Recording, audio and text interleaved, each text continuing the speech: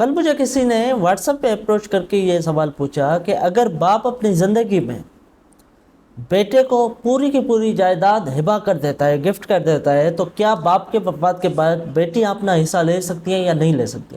آج کے اس ویڈیو میں یہ ٹاپک ڈسکس کریں گے۔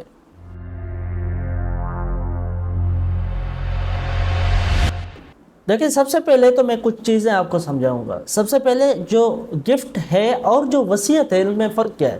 جو گفٹ ہوتا ہے وہ ہوتا ہے ڈیورنگ دی لائف ٹائم کے لیے، مطلب کہ میری پراپرٹی ہے، میں کسی کو دے رہا ہوں۔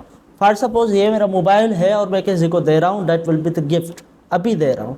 لیکن اگر میں کہوں کہ میری جو فلاں پلاٹ ہے، فلاں جو جائیداد ہے، میری وفات کے بعد اس کو جائے گا، میں وصیت لکھوں، تو دیٹ ول بی دا وصیت۔ ان دونوں میں یہ فرق ہے کہ گفٹ جو ہے وہ لائف ٹائم میں ہی افیکٹو ہو جاتی ہے، اور جو وصیت ہے وہ بعد میں ہوتی ہے۔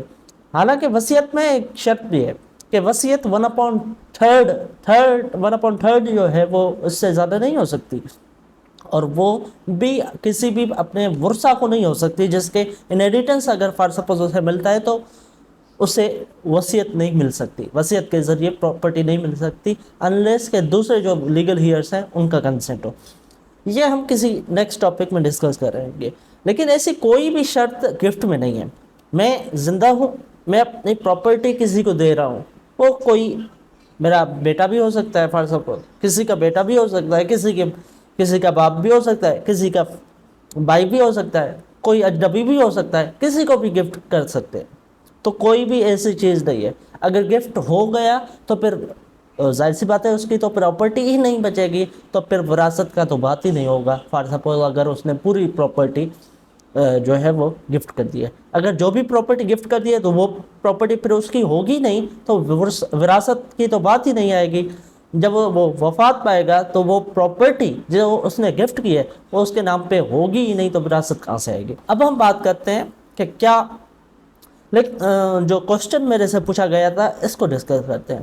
دیکھیں، ایسے معاملات بالکل آتے ہیں، اور اس میں یہ ہوتا ہے کہ اکثر فیک گفٹ ڈیڈ بنا کے اور کوئی بھی اپنے بہنوں کو وغیرہ کو وراثت سے محروم کر دیتا ہے۔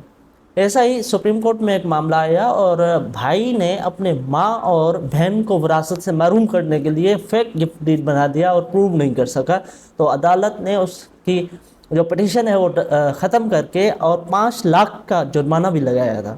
یہ میرے ویڈیو میں نے اپلوڈ کی ہے یوٹیوب میں، وہ آپ دیکھ لیں آئی بٹن میں جا کے، ٹھیک ہے؟ تو مینس کہ میں کہنا یہ چاہ رہا ہوں کہ گفٹ ڈیڈ اگر پروو ہو جاتی ہے اور ویلڈ گفٹ ہے، ویلڈ گفٹ ہے، کورٹ مانتی ہے کہ یہ ویلڈ گفٹ ہے اور گفٹ ڈیڈ پروو ہو جاتی ہے، پھر تو نہیں ملے گا حصہ، کیونکہ وہ پراپرٹی پھر اس کی ہوگی ہی نہیں، اس جس کی ڈکیزڈ کی پراپرٹی وہ رہی نہیں۔